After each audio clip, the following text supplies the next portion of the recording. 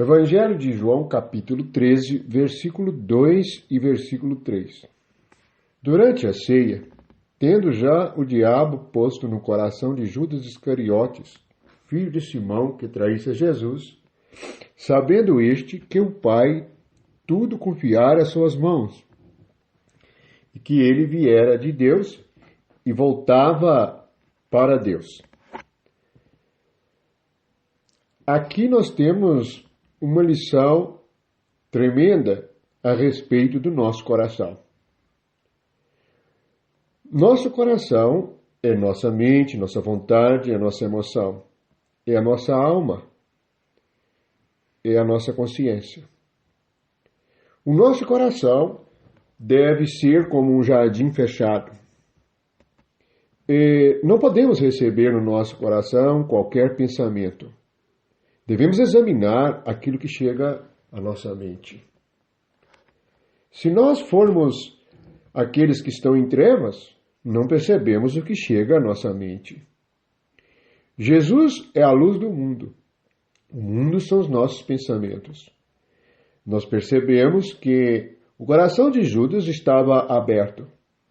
Era um coração que não trazia nenhum sentimento de fé a respeito do Senhor Jesus Cristo. Isto é revelado pela disponibilidade que havia em seu coração para receber qualquer pensamento. Pode alguém colocar alguma coisa no seu coração? Esta é a pergunta.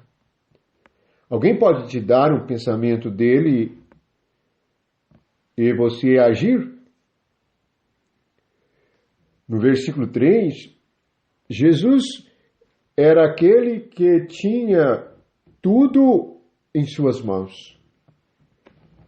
E cada um de nós também precisamos perceber o que está em nossas mãos. As nossas mãos representam a nossa palavra e as nossas atitudes, a nossa obra. Jesus sabia que viera de Deus e voltava para Deus. E nós também, como filhos, e que oramos ao Pai Celeste, devemos perceber o que Deus confiou às nossas mãos e o que Deus colocou em nosso coração.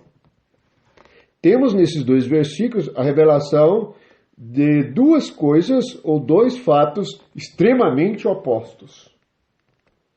O filho do diabo e o filho de Deus.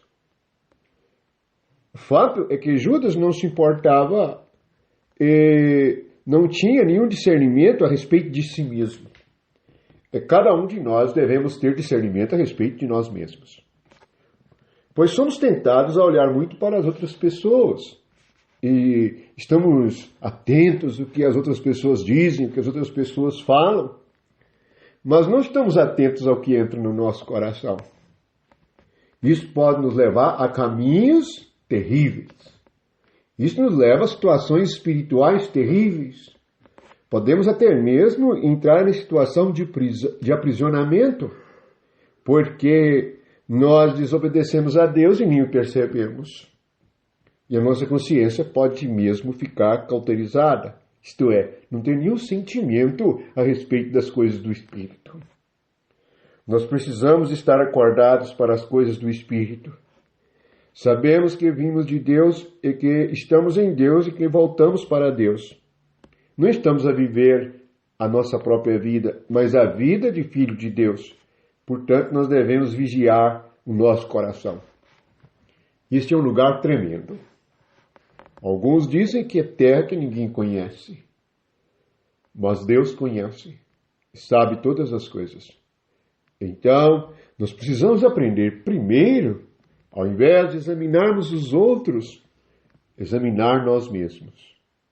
Ver o que nós mesmos estamos pensando e falando a respeito de Deus, a respeito das pessoas, a respeito de tudo. Pensamentos vêm ao nosso coração. Precisamos compreender que há algo estranho no universo. Isso se chama diabo, maligno, Satanás, adversário, opositor. E muitas vezes Nós estamos em oposição a Cristo e podemos traí-lo por pequenas coisas. Judas traiu Jesus por 30 moedas de prata. E depois se arrependeu.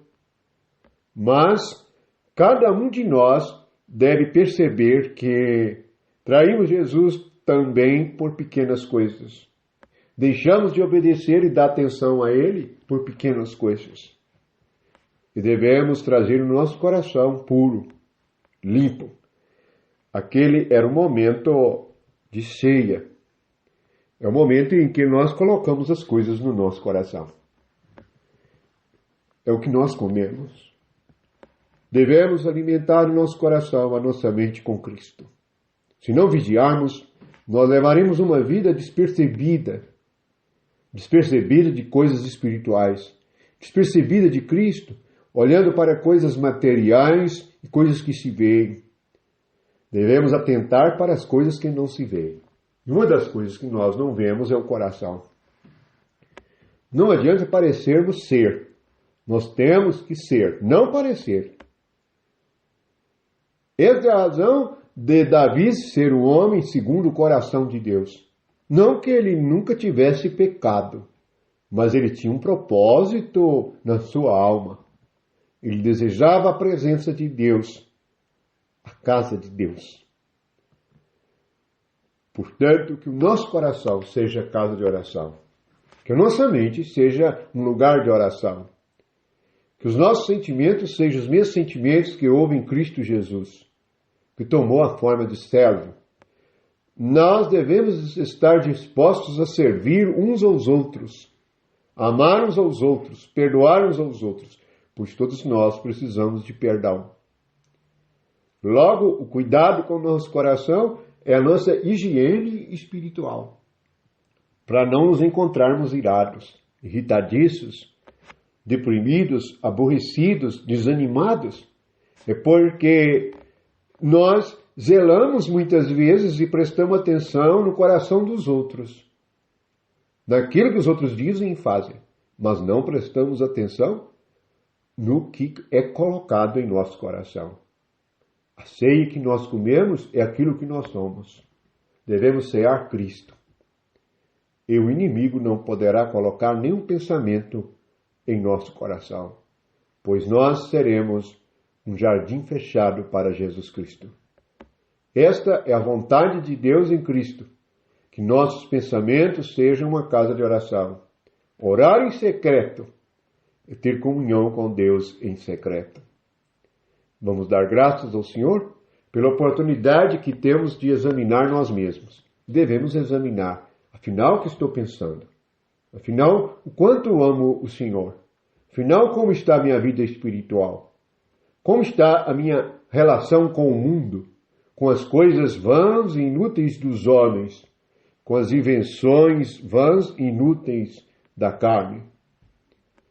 Voltemos ao Senhor e percebamos que o nosso coração deve estar cheio de Cristo. A nossa ceia deve ser Jesus. E não o que os outros fazem e o que os outros falam, mas o que Jesus faz e o que Jesus fala. Exatamente neste momento em que Jesus toma a água e lava os pés dos discípulos. Então devemos estar sempre numa condição inferior uns aos outros, para que o orgulho, para que não sejamos dominados pelo adversário, mas sejamos humildes, simples e mansos. Esta é a graça de Deus no Evangelho de Jesus Cristo. Vamos permanecer nela e aprendamos a vigiar a nossa vida espiritual, pois a nossa passagem pela terra é temporária, somos peregrinos e devemos ser como Jesus no versículo 3. Ele veio de Deus e voltava para Deus. Assim deve ser com todo filho. Nós nascemos de novo em Cristo, estamos em Cristo e estamos indo para Deus. Amém.